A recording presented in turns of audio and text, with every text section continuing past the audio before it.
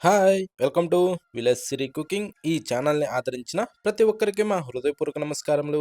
ఇవాళ చాలా అంటే చాలా మంచి రెసిపీతో మీ ముందుకొచ్చానండి. చాలా బాగుందండి. ఒక్కసారి బెండకాయతో ఈ విధంగా జోము జోముగా ఇలా కర్రీ చేసుకొని తింటుంటే ఎంత బాగుందంటే అంత బాగుందండి. ఇది ప్రతి దానిలో కూడా చాలా అంటే చాలా బాగుందండి. ఎవరైనా సరే చాలా సింపుల్‌గా దీన్ని తయారు చేసుకోవచ్చండి.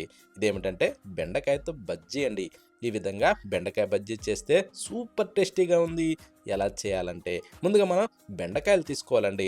అంటే దాదాపు నేను ఒక పావు కిలో నుంచి అరకిలో మధ్యలో అంటే అన్ని బెండకాయలు తీసుకున్నానండి. ఓకేనా? అంటే నేను తేవడం అరకిలో తెచ్చాను. కొన్ని వేరే వాటికని యూజ్ చేశాను. కాబట్టి ఆ మధ్యలో తీసుకునేసి ఇప్పుడు వీటిని మనం ముందుగానే శుభ్రంగా కడిగి ఆ తర్వాత ఈ మొదలు, ఈ కొస ఇవన్నీ శుభ్రంగా కట్ చేసుకునేసి ఈ మధ్య భాగం ఏదైతే ఉందో వాటిని 2 పీసులుగా కట్ చేశానండి. ఈ టైప్‌లో మనం కట్ చేసుకుంటే సరిపోద్దండి. అంటే మరి చిన్నవిగా అవసరం లేదు. ఈ టైప్‌లో కట్ చేసేసి ఆ తర్వాత ఈ బెండకాయ ముక్కలన్నిటిని ఒక బౌల్‌లో వేసుకోవాలి. ముందుగా మనం కట్ చేసేటప్పుడు పుచ్చులు, పురుగులు లేకుండా ఇలా శుభ్రంగా ఉండే కాయలను మాత్రం తీసుకోవాలండి. ఓకేనా? దాంట్లో పచ్చిమిరపకాయలు వేసుకుందామండి. అది స్పైసీ ఎంత ఉన్నాయో దాన్ని బట్టి వేసుకునేసి ఒక 3 టమోటాలు వేసుకునేసి, ఒక నిమ్మకాయ సైజు చింతపండు వేసుకొని, ఒక టేబుల్ స్పూను సాల్ట్ వేసుకోవాలండి. చిటికెడు అంటే చిటికెడు పసుపు కూడా దాంట్లో వేసుకునేసి, ఒక గ్లాస్ అయితే నీళ్లు పోసుకోవాలి. ఓకేనా? అంటే దీంట్లో ఎక్కువ అవసరం లేదండి. ఒక గ్లాసు చాలు. ఇప్పుడు మూత పెట్టేసి స్టవ్ ఆన్ చేసి, స్టవ్ పైన ఈ బౌల్‌ని పెట్టేసుకుందాం. అంటే మనం ఈ కూరగాయలన్నీ ఏసిన వాటిని. ఇందులో పెట్టిన తర్వాత దాదాపు ఒక 8 నిమిషాల దాకా అయితే ఉడికించుకోవాలండి. చూడండి ఇలా గంధంలాగా ఉడికిపోతాయి. ఈ టైపు బాగా ఉడికిన తర్వాత ఒక్కసారి అలా చూసుకోవాలండి. ఓకేనా? దబ్బా ఎలా ఉడికింది ఇవన్నీ ఒక్కసారి చెక్ చేసుకునేసి స్టవ్ ఆఫ్ చేసుకోవచ్చు. దబ్బ ఉడికింది కొత్త వాళ్ళకి తెలియాలంటే ఇలా కొద్దిగా అలా నొక్కి చూసుకుంటే ఇలా మెదిగిపోద్దండి. ఆ టైపు వచ్చిందంటే ఉడికిపోయినట్టే. ఇక స్టవ్ ఆఫ్ చేసేసి తీసి పక్కన పెట్టి ఇలా గోరువెచ్చగా ఉన్నప్పుడే దీన్ని బాగా మనం ఎనిపేసుకోవాలండి. అంటే పూర్తిగా చల్లారిన తర్వాత కాకుండా ఆ వేడి మీదనే కానీ మనం ఎలింపామంటే మెత్తగా అయిపోద్దండి.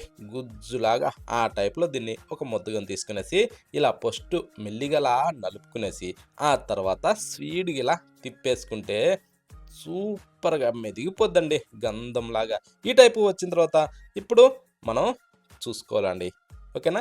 ఇవన్నీ నలిగాయా లేదని ఒకసారి చూసుకునేసి ఇప్పుడు దీన్ని పక్కన పెట్టేసి, ఇప్పుడు స్టవ్ ఆన్ చేసేసి, ఆ తర్వాత ఒక కడాయి అయితే పెట్టుకునేసి, దాంట్లో ఒక గంటి ఆయిల్ వేసుకుందామండి. ఓకేనా? మరీ ఎక్కువ అవసరం లేదు. దాన్ని కాస్త వేడెక్కనిచ్చేసి, తాలింపు గింజలు ఒక టేబుల్ స్పూన్ వేసుకునేసి, ముక్కులు పొడిచిన వెల్లుల్లి రెమ్మలు దాంట్లో వేసుకోవాలండి. ఎప్పుడైనా సరే ఇలా పోపులో వెల్లుల్లి రెమ్మలు వేసుకునేటప్పుడు కాస్త అలా ముక్కులు పొడిసిగా వేసామంటే అందులో ఉన్న రసం తొందరగా ఇందులోకి వచ్చేస్తుంది. ఇప్పుడు ఎండుమిరపకాయలు ఒక 2 లేదా 3 ఇలా ఇరిసి అందులో వేసేసుకునేసి కొద్దిగా అలా వేగనిచ్చుకునేసి ఆ తర్వాత ఇప్పుడు మనం ఏం చేద్దామంటే కట్ చేసిన ఉల్లిపాయ వేసుకుందామండి. ఒక్క ఉల్లిపాయ చాలండి. మరి ఎక్కువ అవసరం లేదు. కావాలనుకున్న వాళ్ళు వేసుకోవచ్చు. ఇబ్బంది ఏం లేదు. ఇప్పుడు వీటిని కాస్తలా బాగా వేగనిచ్చుకోవాలి. అంటే ఇది గోల్డెన్ బ్రౌన్ కలర్ అయ్యేంత వరకు ఈ ఉల్లిపాయల్ని మనం బాగా వేగనిచ్చుకోవాలి. ఓకేనా? ఇలా వేగిన తర్వాత చిటికెడు అంటే చిటికెడు ఇంగువ పొడి వేసుకోవాలండి. ఓకేనా? ఆ తర్వాత ఒక 4 రెబ్బలు కరివేపాకు దూసి దాంట్లో వేసుకునేసి కొద్దిగా అలా చిటపటలాడనిచ్చుకోవాలి.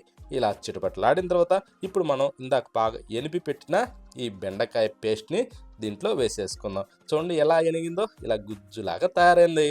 ఈ విధంగా అందులో పోసిన తర్వాత ఇప్పుడు మనం దీన్ని ఎక్కువ శాతం ఉడికించుకునే అవసరం లేదండి. మనం వేసి ఈ పోపులో బాగా కలుపుతూ ఇలా మిక్స్ చేసుకోవాలండి. ఇది ఎంత బాగా కలిస్తే అంత బాగుంటుందండి. ఓకేనా? ఈ విధంగా కలిసిన తర్వాత ఇప్పుడు కొత్తిమీరని అలా చల్లుకుందామండి. కొత్తిమీరని శుభ్రంగా కడిగి అలా ఇరిసేసి ఇందులో వేసుకునేసి ఇప్పుడు కాస్త అలా కలుపుకునేసి ఇక స్టవ్ ఆఫ్ చేసుకోవడమేనండి. ఒక్కసారి టేస్ట్ చూసుకోవాలండి. ఆఖరిన ఏ కర్రీ చేసినా ఏ రెసిపీ చేసినా కంపల్సరీ ఆఖరిన ఒక్కసారి టేస్ట్ చూసి సాల్ట్ సరిపోయినా సరిపోకున్నా కాస్తలా చెక్ చేసుకునేసి అది వేసి ఆ తర్వాత సర్వ్ చేసుకొని తింటుంటే టేస్ట్ అద్భుతమండి. ఎందుకంటే సాల్ట్ ఒకవేళ తక్కువైందనుకో ఈ వేడి మీదనే వేస్తే ఆ సాల్టు దాంట్లో మంచి రుచి వస్తుందండి. అందుకోసం అనేసి ఆఖరిన ఒక్కసారి అలా చెక్ చేసుకోవాలి. ఓకేనా? ఈ టైపు వచ్చిన తర్వాత ఇప్పుడు వేడి వేడిగా సర్వ్ చేసుకునేసి దేంట్లోకైనా తిని చూడండండి. అద్భుతమండి. ఇలా జోము జోముగా ఎంత బాగుంటుందంటే అంత బాగుంటుందండి ఈ రెసిపీ. ఓకేనా? ప్రతి ఒక్కరు ఖచ్చితంగా ట్రై చేయండి. వేడి వేడి అన్నంలోకైనా సరే, చపాతీలోకైనా, రాగి సంగట్లోకైనా సరే సూపర్‌గా ఉందండి. అందరూ ట్రై చేయండి.